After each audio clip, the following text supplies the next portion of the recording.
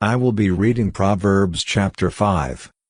My son, pay attention to my wisdom, lend your ear to my understanding. That you may preserve discretion, and your lips may keep knowledge. For the lips of an immoral woman drip honey, and her mouth is smoother than oil.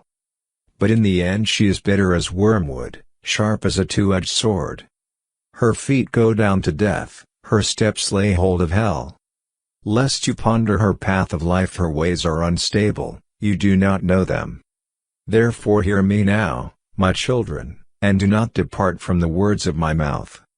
Remove your way far from her, and do not go near the door of her house.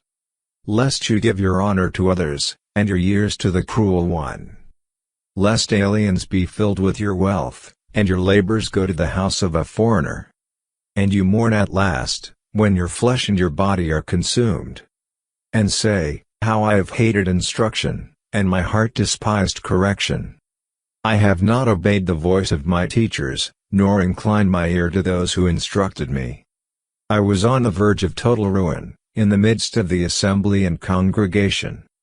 Drink water from your own cistern, and running water from your own well. Should your fountains be dispersed abroad, streams of water in the streets?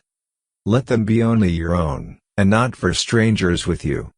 Let your fountain be blessed, and rejoice with the wife of your youth. As a loving deer and a graceful doe, let her breasts satisfy you at all times, and always be enraptured with her love.